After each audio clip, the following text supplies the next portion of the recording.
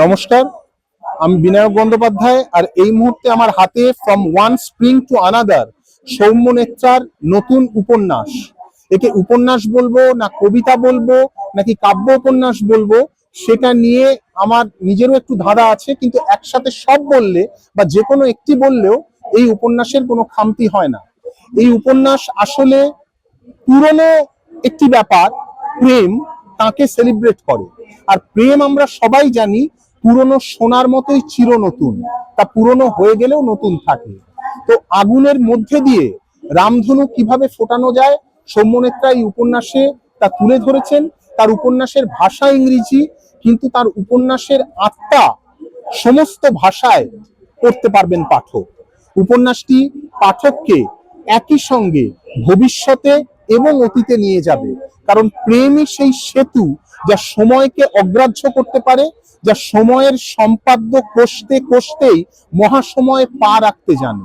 তো সময় থেকে মহাসময়ের এই জার্নি সৌম্যনেত্রার এই উপন্যাসে, এই প্রেমের উপন্যাসে, এই প্রেমের কাব্য উপন্যাসে ফুটে উঠেছে, এবং এটা পাঠকের ভালো লাগবে এ আমার বিশ্বাস, আমাদের বিশ্বাস। অন্তরীপকে অনেক ধন্যবাদ যে এই উপন্যাসটি এত চমৎকার ভাবে, এমন চমৎকার প্রোডাকশনে পাঠকের হাতে 2026-এর বইমেলায় তুলে দেওয়ার জন্য। From one spring to another আমার এবারে বেরিয়েছে বই। ফ্রম এনিওয়্যার টু এনিওয়্যার মানে একটা জার্নি, একটা এক্সপ্লোরেশন, একটা travelling.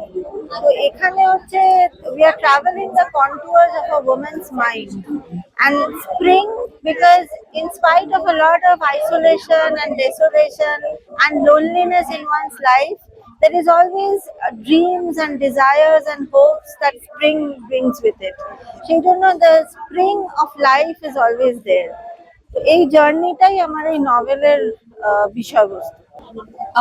It's an honor to be able to read through Shomanetra Munshi's book.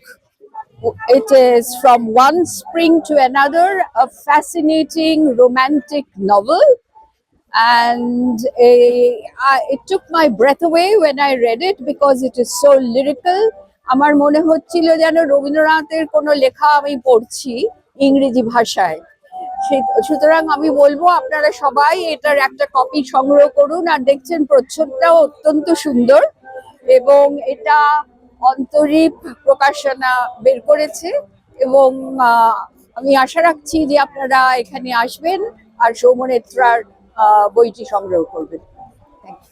Is about speaking about Shomanetra. To write a novel, you often need to have a tale, but to write a tale from life, she has written straight from her feelings of life. There's nothing about Patishapta. There's nothing about Tagore's Bashanti Ronger Shari. There is nothing of story or romance of any sort. There is something deeper, and that is another angle of our we have been put away into a marginalized community. That is another remote angle of that community. We are just women.